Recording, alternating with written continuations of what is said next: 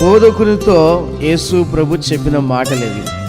ఆధ్యాత్మికమైన జీవితములో లోతుగా లేని బోధకుడు, అలాంటి వ్యక్తికి చెప్తున్నాడు యేసు ప్రభు. అతను బోధకుడై ఉండి కూడా ఆధ్యాత్మికమైన జీవితములో లోతుగా అతను లేడు. యేసు ప్రభు చెప్పిన మాట భూ సంబంధమైన విషయము, అదేవిధంగా ఆధ్యాత్మికమైన విషయం కూడా ఈ మాటలో చెప్తున్నాడు. అతనికి అర్థం కాలేదు.